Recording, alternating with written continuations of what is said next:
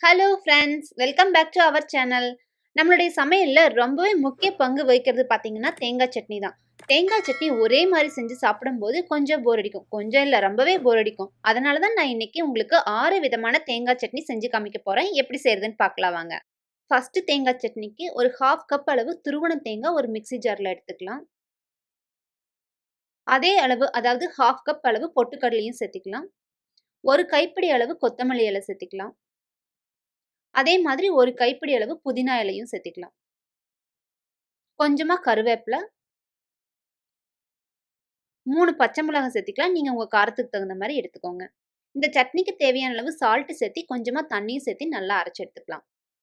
சட்னி நல்லா அரைச்சு எடுத்துட்டோம். அடுத்து எண்ணெயில கடுகு, கடலைப்பருப்பு, உளுந்தப்பருப்பு, கருவேப்பிலை இதெல்லாம் போட்டு தாளிச்சு எடுத்திருக்கேன். அதையும் இதில சேர்த்து மிக்ஸ் பண்ணி எடுத்துட்டோம்னா சூப்பரான சட்னி ரெடி. கொத்தமல்லி, புதினா வாசனையோட இந்த சட்னி ரொம்பவே சூப்பரா இருக்கும். இட்லி, தோசை, பணியாரம் எல்லாத்துக்கும் சூப்பர் காம்பினேஷனா இருக்கும். இப்ப 2வது வகையான தேங்காய் சட்னி செய்ய போறோம். அதுக்கு 1/2 கப் அளவு தேங்காய் மிக்ஸி ஜார்ல எடுத்துக்கலாம். இது கூட 1/2 கப் அளவு பொட்டுக்கடலையும் சேர்த்துக்கலாம். தக்காளி இந்த மாரி சின்ன சின்னதா கட் பண்ணி எடுத்திருக்கேன். அத சேர்த்துக்கலாம். சின்ன தக்காளியா இருந்தா 1 தக்காளி எடுத்துக்கலாம். பெரிய தக்காளியா இருந்தா 1/2 தக்காளி போதும். அடுத்து கொஞ்சமா கருவேப்பிலை சேர்த்துக்கலாம். 4 காஞ்ச மிளகாய் அதையும் சேர்த்துக்கலாம். தேவையான அளவு சால்ட் சேர்த்துட்டு, கொஞ்சமா தண்ணி சேர்த்து நல்லா அரைச்சு எடுத்துக்கலாம். சட்னி அரைச்சு எடுத்தாச்சு. அடுத்து எண்ணெயில கடுகு, கடலைப்பருப்பு, உளுந்தப்பருப்பு, கருவேப்பிலை இதெல்லாம் தாளிச்சு எடுத்திருக்கேன். அதையும் சேர்த்து மிக்ஸ் பண்ணி எடுத்துட்டோம்னா சூப்பரான சட்னி ரெடி ஆயிரும். இந்த சட்னி பார்த்தீங்கன்னா, காரசாரமா ரொம்பவே சூப்பரா இருக்கும். கார சட்னிக்கு வெங்காயம், தக்காளி எல்லாம் வணக்கணும் இல்லையா? அதுக்கெல்லாம் டைம் இல்லாத போது இந்த சட்னிய டக்குன்னு செஞ்சு சாப்பிட்டுறலாம். இட்லி, தோசை, பணியாரத்துக்கு மட்டும் இல்லாம சிறுதானிய தோசை எல்லாத்துக்குமே ரொம்பவே சூப்பரா இருக்கும். 3வது வகையான தேங்காய் சட்னி ரொம்பவே வித்தியாசமா இருக்கும். இதுக்கு 1/2 கப் அளவு துருவன தேங்காய் மிக்ஸி ஜார்ல எடுத்துக்கலாம். அதே அளவு 1/2 கப் அளவு பொட்டுக்கடலையும் சேர்த்துக்கலாம். அடுத்து 3 பச்சை மிளகாய் இதில சேர்த்துக்கிறேன். 3 பல்லு பூண்டு, கொஞ்சமா கருவேப்பிலை, இதுக்கு தேவையான அளவு சால்ட்டு, கொஞ்சமா தண்ணி சேர்த்து நல்லா அரைச்சு எடுத்துக்கலாம்.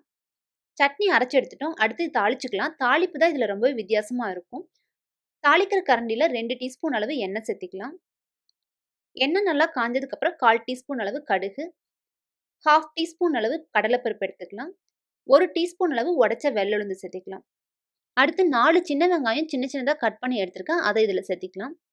இத சேர்த்துட்டு நல்லா ஃப்ரை பண்ணிக்கலாம். சின்ன வெங்காயம் போட்டா தான் நல்லாருக்கும். பெரிய வெங்காயம் அவ்வளோ டேஸ்ட்டா இருக்காது. இப்ப வெங்காயம் எல்லாம் நல்லா ஃப்ரை ஆயிருச்சு. இத எடுத்துறலாம். அடுத்து தாளிச்சத நம்ம சட்னில சேர்த்துக்கலாம். கூடவே கொத்தமல்லி இலை சின்ன சின்னதா கட் பண்ணி வச்சிருக்கேன். அதையும் சேர்த்து நல்லா மிக்ஸ் பண்ணி எடுத்துக்கலாம். பூண்டு போட்டு அரைச்சிருக்கிறனால அந்த வாசனையே சூப்பரா இருக்கும். அது மட்டும் இல்லாம வெங்காயம், கொத்தமல்லி இலையெல்லாம் இந்த மாரி சின்ன சின்னதா கட் பண்ணி சேர்த்திருக்கோம் இல்லையா? இது கடிப்படும்போது ரொம்பவே டேஸ்ட் சூப்பரா இருக்கும். இட்லி, தோசை, பணியாரம் எல்லாத்துக்குமே ரொம்பவே சூப்பரான காம்பினேஷனா இருக்கும். டிஃபரண்டான டேஸ்ட்டாவும் இருக்கும். அடுத்து 4வது வகையான தேங்காய் சட்னி. அதுக்கும் ஒரு 3/4 கப் அளவு துருவன தேங்காய் சேர்த்துக்கிறேன். அதே அளவு பொட்டுக்கடலையும் 3/4 கப் அளவு இதையும் சேர்த்துக்கிறேன். சின்ன துண்டு இஞ்சி, 2 பச்சை மிளகாய், கொஞ்சமா கொத்தமல்லி இலை சேர்த்துக்கிறேன்.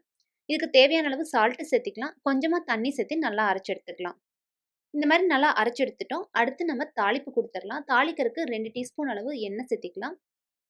எண்ணெய் நல்லா காஞ்சதுக்கப்புறம் 1/4 டீஸ்பூன் அளவு கடுகு, 1/4 டீஸ்பூன் அளவு கடலைப்பருப்பு, 1/2 டீஸ்பூன் அளவு உடைச்ச வெள்ள உளுந்து சேர்த்துக்கலாம். அடுத்து ஒரு பூண்டு தட்டி எடுத்திருக்கேன். அத இதில சேர்த்துக்கலாம். ஒரு காஞ்ச மிளகாய் அத 2ஆ கிள்ளி சேர்த்துக்கலாம். கூடவே கொஞ்சம் கருவேப்பிலையும் சேர்த்து தாளிச்சு எடுத்துக்கலாம். அடுத்து தாளிச்சத சட்னியில போட்டு மிக்ஸ் பண்ணி எடுத்துக்கலாம். இந்த சட்னிக்கு இஞ்சி போட்டு அரைச்சு எடுத்திருக்கிறோம். பூண்டு போட்டு தாளிச்சிருக்கோம். வாசனையும் டேஸ்ட்டும் ரொம்பவே சூப்பரா இருக்கும். இட்லி, தோசை, பணியாரத்துக்கு மட்டும் இல்லாம பொடி தோசை, ஆனியன் தோசைக்கு சூப்பரான காம்பினேஷனா இருக்கும். அடுத்து 5வது வகையான தேங்காய் சட்னி ஹோட்டல் ஸ்டைல்ல செய்ய போறோம். அதுக்கு 1 கப் அளவு துருவன தேங்காய் எடுத்துக்கலாம். 1 கப் தேங்காய்க்கு 1 1/2 டேபிள் ஸ்பூன் அளவு பொட்டுக்கடலை எடுத்துக்கலாம். ஹோட்டல் ஸ்டைல்ல வந்து தேங்காய் அதிகமா சேர்த்துவாங்க. பொட்டுக்கடலை கம்மியா தான் சேர்த்துவாங்க. 3 பச்சை மிளகாய் சேர்த்துக்கலாம். அதேபோல இஞ்சியும் அதிகமா தான் சேர்த்துவாங்க. இந்த அளவு எடுத்துக்கலாம்.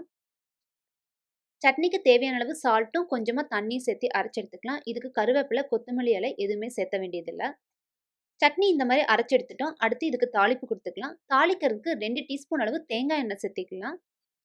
எண்ணெய் நல்லா காஞ்சதுக்கப்புறம் 1/4 டீஸ்பூன் அளவு கடுகு, 1 டீஸ்பூன் அளவு உடைச்ச வெள்ள உளுந்து சேர்த்துக்கலாம். கருவேப்பிலை கொஞ்சம், காஞ்ச மிளகாய் 1 கிள்ளி போட்டு தாளிச்சு எடுத்துக்கலாம். தாளிச்சத சட்னியில போட்டு மிக்ஸ் பண்ணி எடுத்துக்கலாம். இந்த ஹோட்டல் ஸ்டைல் சட்னி பார்த்தீங்கன்னா, மசால் தோசைக்கு ரொம்பவே சூப்பரான காம்பினேஷனா இருக்கும். அது மட்டும் இல்லாம இட்லி, தோசை, பணியாரத்துக்கும் நல்லாருக்கும். அடுத்து 6வது வகையான சட்னிக்கு 1 கப் அளவு துருவன தேங்காய் சேர்த்துக்கலாம். இந்த சட்னி ரெசிபி பார்த்தீங்கன்னா, நான் ஆல்ரெடி அடுப்பில்லா லஞ்ச் ரெசிபில போட்டிருப்பேன். நீங்க பார்த்துருப்பீங்க. இதுக்கு 1/3 கப் அளவு பொட்டுக்கடலை சேர்த்துக்கலாம். அதாவது 75 கிராம் அளவு. கூட 1/2 டீஸ்பூன் அளவு சீரகம் சேர்த்துக்கலாம்.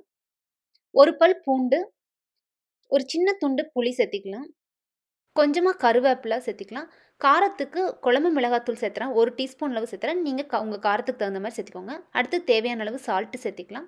கொஞ்சமா தண்ணி சேர்த்து அரைச்சு எடுத்துக்கணும். இது கெட்டியா தான் இருக்கணும். அதனால கொஞ்சமா தண்ணி சேர்த்துக்கோங்க. சட்னி இந்த மாரி கொரகொரப்பா கெட்டியா அரைச்சு எடுத்துக்கணும். இதுக்கு தாளிப்பெல்லாம் எதுவும் சேர்த்த வேண்டியதில்ல. இந்த சட்னி பார்த்தீங்கன்னா, சாதத்துக்கான காம்பினேஷன் இட்லி, தோசை, பணியாரத்துக்கெல்லாம் நல்லா இருக்காது. சூடான சாதத்து கூட பெசஞ்சு சாப்பிடும்போது ரொம்பவே சூப்பரா இருக்கும். தேங்காய் பார்த்தீங்கன்னா, உடம்புக்கு ரொம்பவே நல்லது. ஒரே மாரி செஞ்சு சாப்பிடாம, இந்த மாரி டிஃப்ரெண்ட்டா செஞ்சு சாப்பிட்டா ரொம்பவே நல்லாயிருக்கும். இதே மாதிரி நீங்களும் செஞ்சு பார்த்துட்டு உங்களோட ஃபீட்பேக்கை கமெண்ட் செக்ஷன்ல சொல்லுங்க. Health is wealth. ஹெல்த்தியா சாப்பிடுங்க, வெல்த்தியா இருங்க. இந்த வீடியோ பிடிச்சிருந்தா லைக் பண்ணுங்க, ஷேர் பண்ணுங்க. நம்ம சேனலை நீங்க இன்னும் சப்ஸ்கிரைப் பண்ணலனா, சப்ஸ்கிரைப் பண்ணிட்டு மறக்காம பக்கத்துல இருக்க பெல் ஐகான் பட்டனை பிரஸ் பண்ணி வச்சுக்கோங்க. அடுத்து இன்னொரு இன்ட்ரெஸ்டிங் ரெசிபியோட உங்களை எல்லாம் மீட் பண்றேன். Thank you friends.